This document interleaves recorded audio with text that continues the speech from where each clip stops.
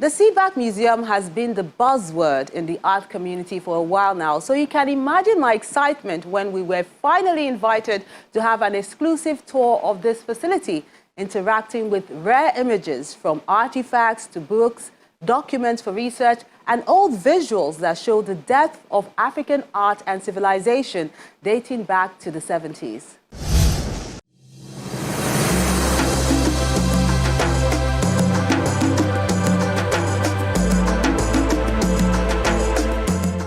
The Center for Black and African Art and Civilization is more than its new coat of paint or restored Queen Idia statue, which greets visitors on arrival.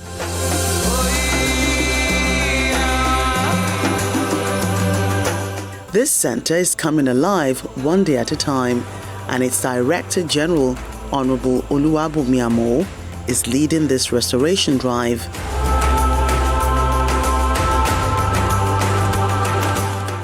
CBAAC has got a lot that I never thought of.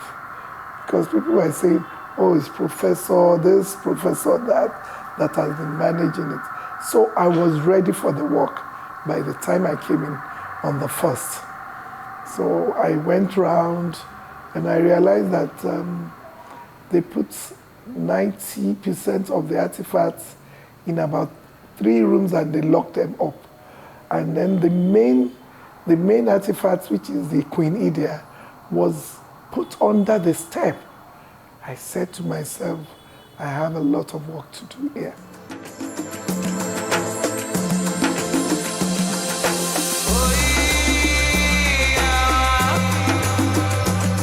We get an exclusive tour of these changes.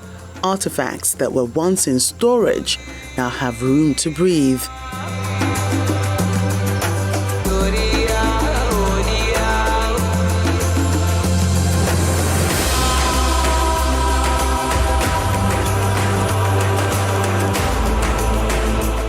Segments where we mount our painting from different parts of the world depicting African narratives. Starting from here, we have Egonu, painted in 1973 to 1976. This was part of the artifacts that were brought during Festa 77. It depicts sunsets and it's oiled on canvas by Egonu.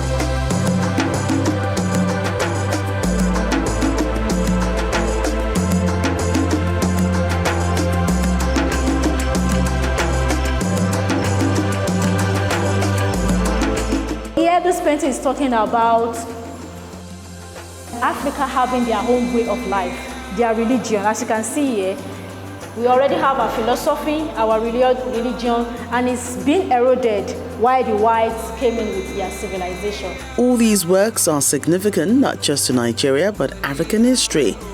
They show the continent's rich cultures and unique ways of doing things.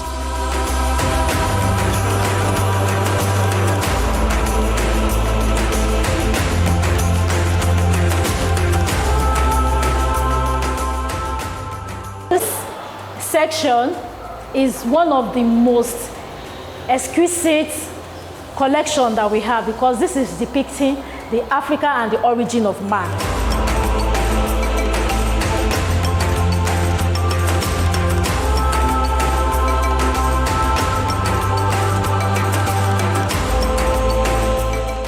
Every room has a story to tell about the depth of culture that has held on for decades.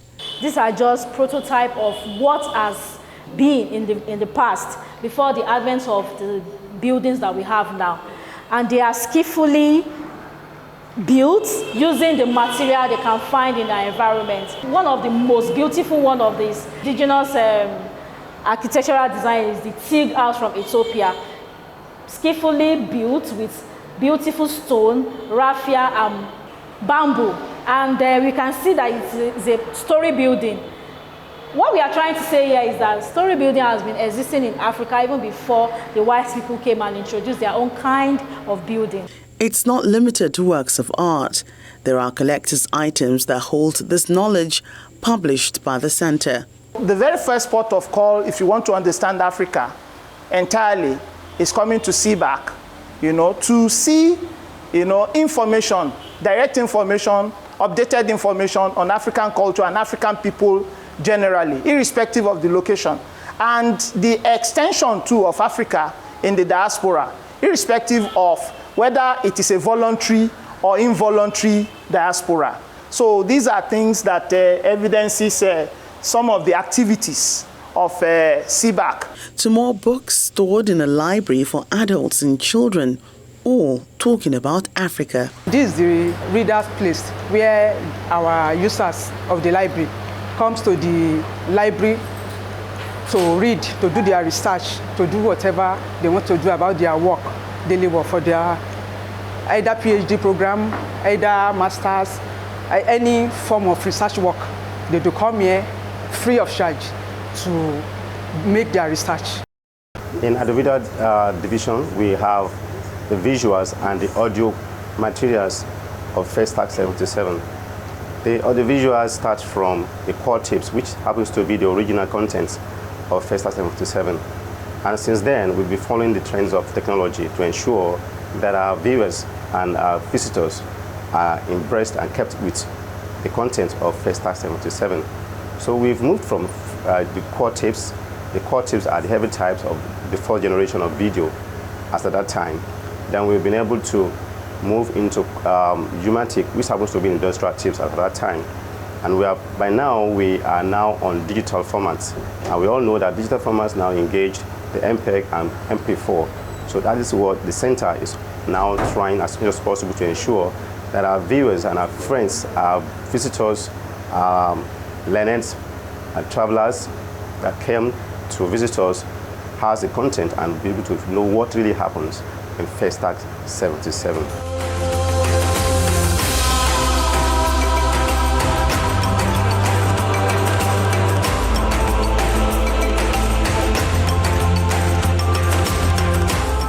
The vast archival library houses relics from FESTAC 77, a fiesta more memorable in its 45th year.